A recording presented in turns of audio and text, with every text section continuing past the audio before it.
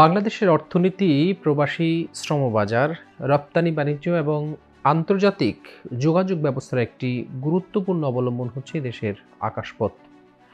ভৌগোলিক অবস্থানের কারণে দক্ষিণ এশিয়া, দক্ষিণ পূর্ব এশিয়া ও মধ্যপ্রাচ্যের মাঝামাঝি অবস্থানে থাকা বাংলাদেশ সহজেই একটি আঞ্চলিক এভিয়েশন হাব পরিণত হতে পারত।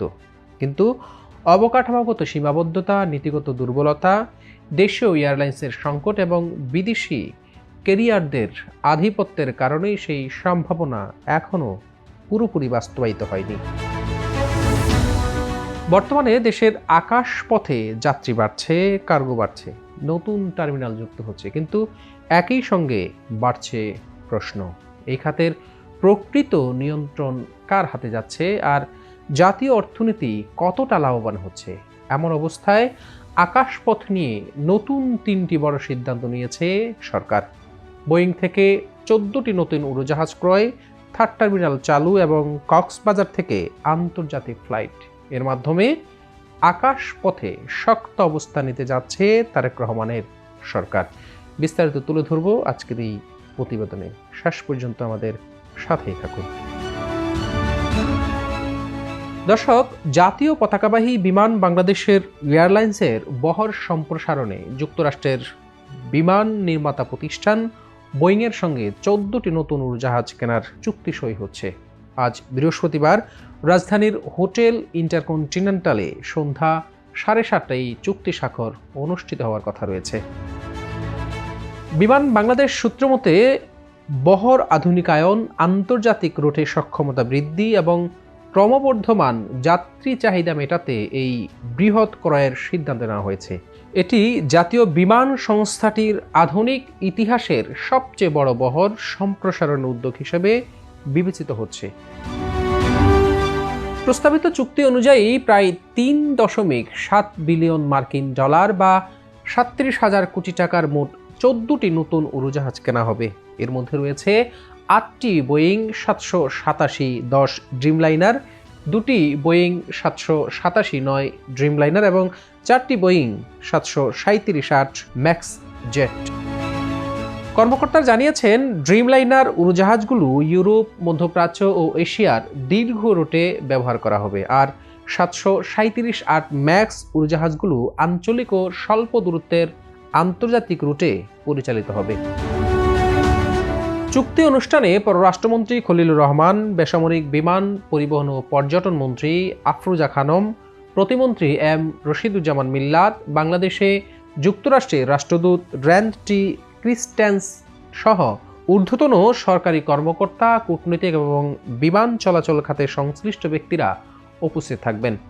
বিমানের পক্ষে চুক্তিতে স্বাক্ষর করবেন সংস্থাটির ব্যবস্থাপনা পরিচালক ও সিইও কাইজার সোহেল আহমেদ। অন্যদিকে বোয়িংয়ের পক্ষে স্বাক্ষর করবেন প্রতিষ্ঠানটির একজন শীর্ষ প্রতিনিধি। বেসামরিক বিমান পরিবহন ও পর্যটন প্রতিমন্ত্রী এম রশিদুজ্জামান মিল্লাত জানিয়েছেন, বিমান বাংলাদেশ এয়ারলাইন্সের তীব্র উড়োজাহাজ সংকট কাটাতে এই পদক্ষেপ নেওয়া হয়েছে।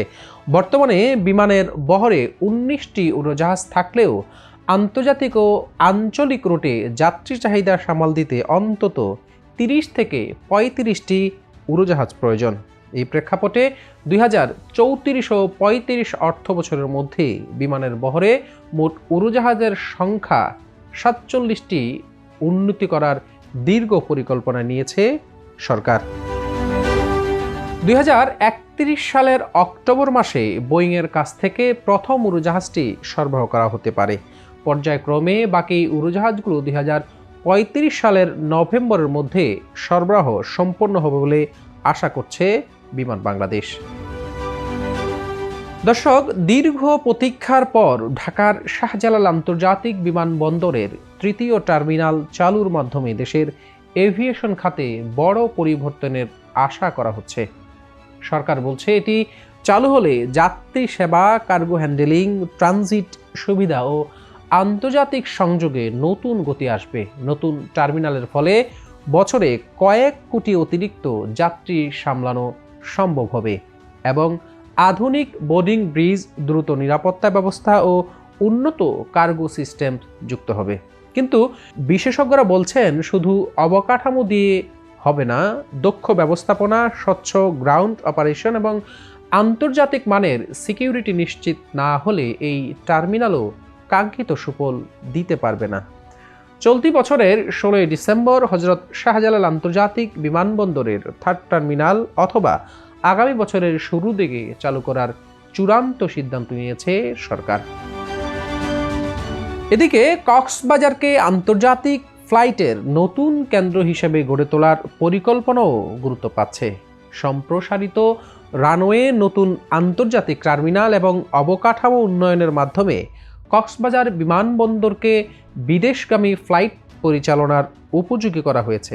বেসামরিক বিমান পরিবহন ও পর্যটন মন্ত্রণালয় বলছে, আগামী কয়েক মাসের মধ্যেই কক্সবাজার থেকে আন্তর্জাতিক ফ্লাইট চালু করা সম্ভব হবে।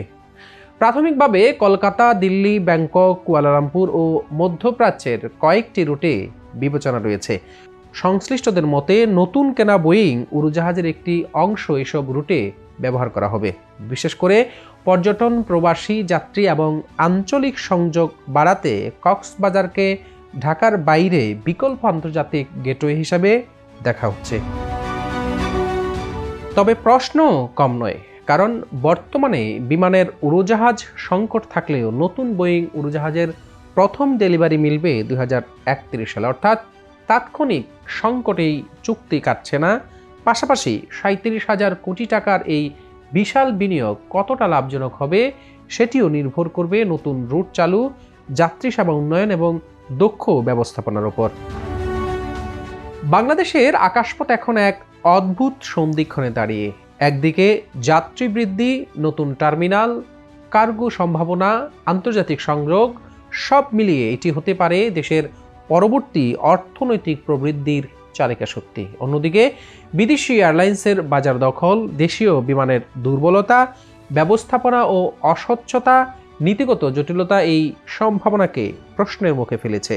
দর্শক, নীল আকাশ বাংলাদেশের জন্য শুধু ভ্রমণের পথ নয়, এটি হতে পারে বৈদেশিক মুদ্রা, কর্মসংস্থান, রপ্তানি ও আন্তর্জাতিক মর্যাদার নতুন মহাসড়ক। এখন দেখার বিষয় আকাশকে কতটা নিজের নিয়ন্ত্রণে আনতে পারে বাংলাদেশ। আজকে এ পর্যন্তই। ভালো থাকবেন, সুস্থ থাকবেন। আল্লাহ হাফেজ।